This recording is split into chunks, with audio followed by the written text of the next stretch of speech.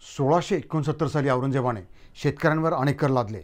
मथुरेतील हिंदूंची असंख्य मंदिरं तोडली, हिंदूंची कत्तल केली, तसेच हिंदू स्त्रियांवर अत्याचार करण्यात आले. आणि हे सर्व कुराणाच्या आदेशानुसार आणि मुहम्मदच्या सुन्नतेनुसार हे करण्यात आलं.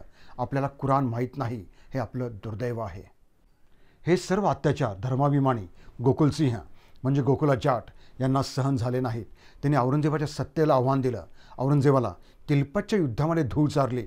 औरंगजेबाचा सरदार अब्दुल नबी याचा वध केला आणि सादाबाद उद्ध्वस्त केलं. सैन्यबळ कमी असताना गोकुला जाट यांनी औरंगजेबाशी कित्येक महिने लढा दिला. गोकुला जाटचा बंदोबस्त करण्यासाठी औरंगजेबने हसन अली खान याला पाठवलं. हसन अली खान आणि गोकुला जाट यांच्यामध्ये सिहोर आणि तिलपत येथे भयंकर युद्ध झालं. शेवटी गोकुला जाट आणि उदयसिंह या दोघांना कैद करून औरंगजेबासमोर हजर करण्यात आलं.